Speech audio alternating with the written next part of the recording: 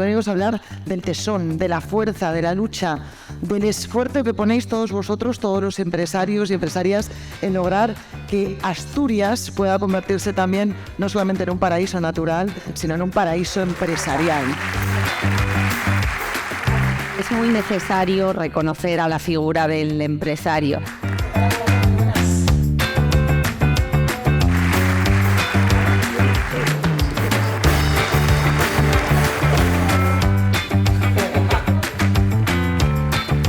El premio a la empresa de Asturias 2022 a Seresco. Este reconocimiento nos llena de responsabilidad, pero también de mucha motivación para seguir nuestro proyecto. Este premio es un gran éxito para nosotros, pero también para el sector TIC.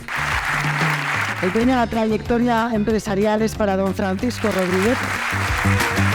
Solamente desde la gran unión a la que todos debemos aspirar, podemos también confiar en que los nuevos tiempos que se avecinan van a ser vencidos. Te pido permiso, Presidenta, para llamar a Emilio Sadano para compartir con él este premio.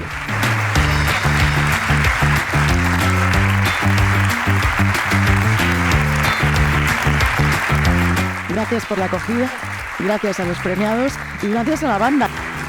Muchísimas gracias.